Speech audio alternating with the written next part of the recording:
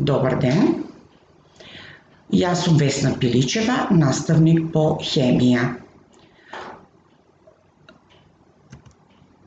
Овој час ќе имаме за тема наслов екзотермни и ендотермни реакции. Се што ви е потребно за да го следите овој видеозапис, ви е потребно да земете тетрадки и моливи или пенкала. Значи, целта на овој час ни е да се запознаеме кои се тие екзотермни и ендотермни реакции. Сега да видиме што ни представуваат овие клучни поими хемиска реакција и енергија. Зошто ни се важни овие два клучни поими?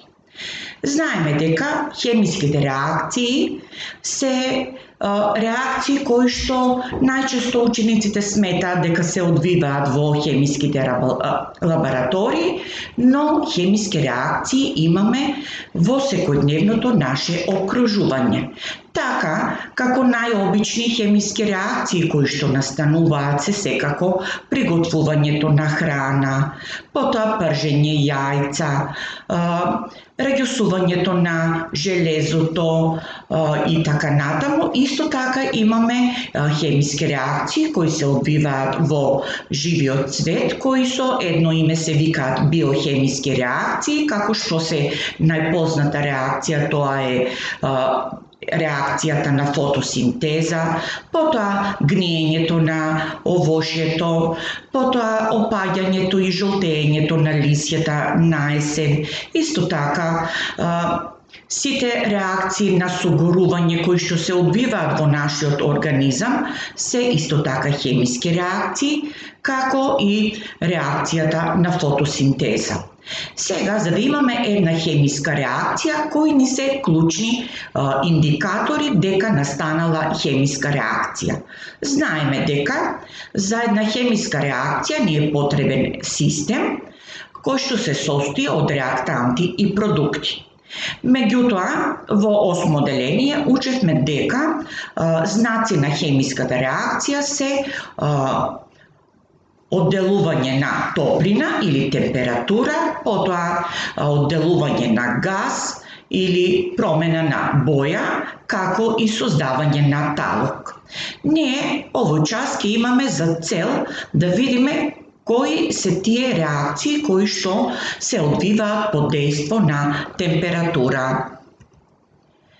Еве, како што гледаме, пржењето јајца и приготвувањето на храна се хемиски реакции, како и безброј хемиски реакции кои се одвиваат во секојдневието. Какви можат да бидат хемиските реакции спрема тоа кога го имаме како индикатор температурата? Значи, хемиските реакции воглавно можат да бидат екзотермни и ендотермни реакции. Сега да го разјаснеме овој поим што значи екзо и ендо. Екзо потекнува од грчкиот збор што значи надвор и ендо внатре. И секако терминот топлина, што значи зборуваме за хемиски реакции кои што користаат, значи ја користаат топлината и тие ја оддаваат или ја примаат топлината внатре во системот. Кои се екзотермни реакции? Сега најпрво да се запознаеме што представуваат екзотермните реакции, а потоа со примери ќе се запознаеме со некои видови на екзотермни реакции. Кога од системот се ослободува енергија, тогаш настануваат продукти кои се посиромашни со енергија од реактантите. Овие реакции се викаат екзотермни. Што значи тоа?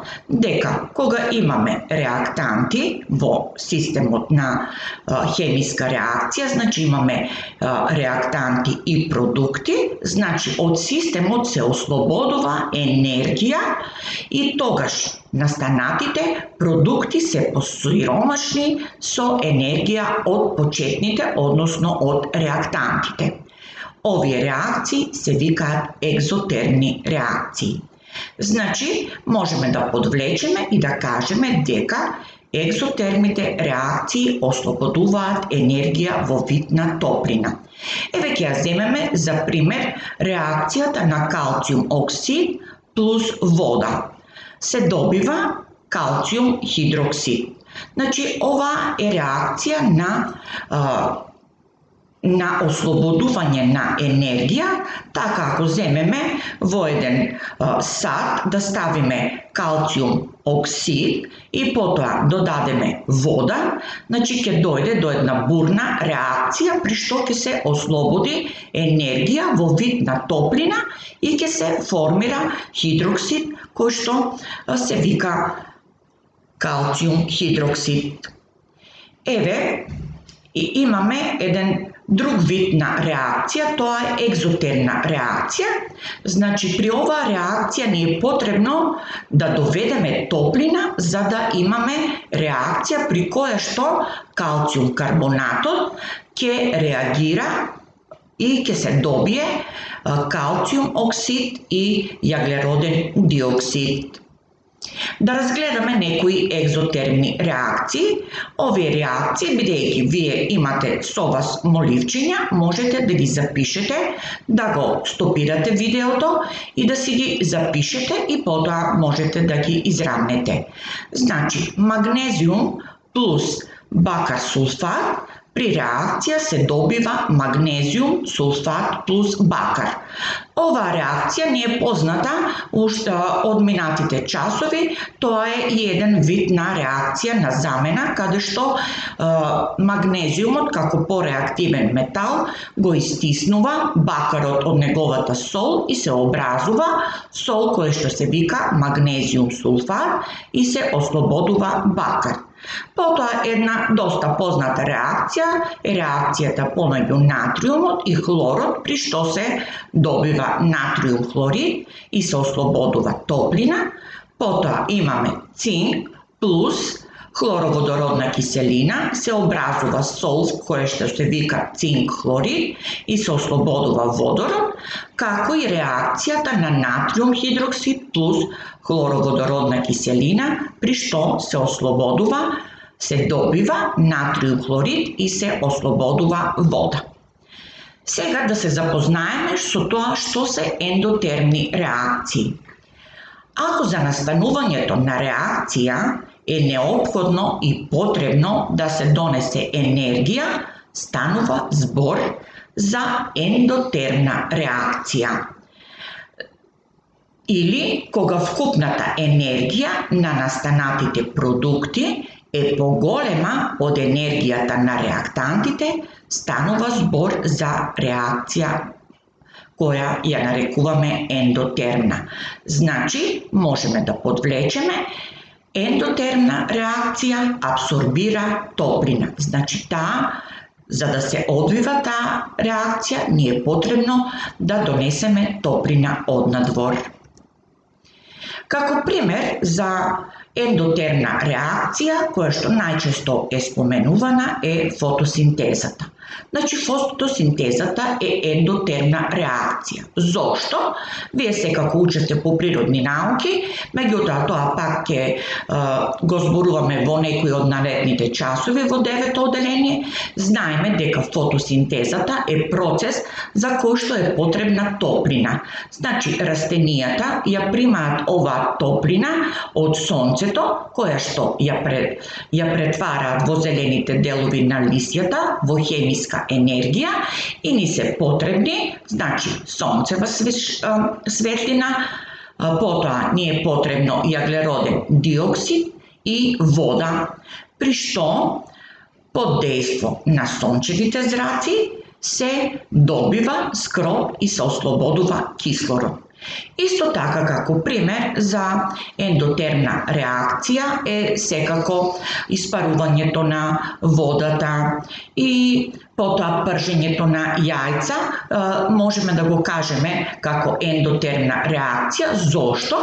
Бидејќи кога ние сакаме да испржеме јајце, знаеме дека тоа се наоѓа во полутечна состојба и во неговиот состав се состои од белковини.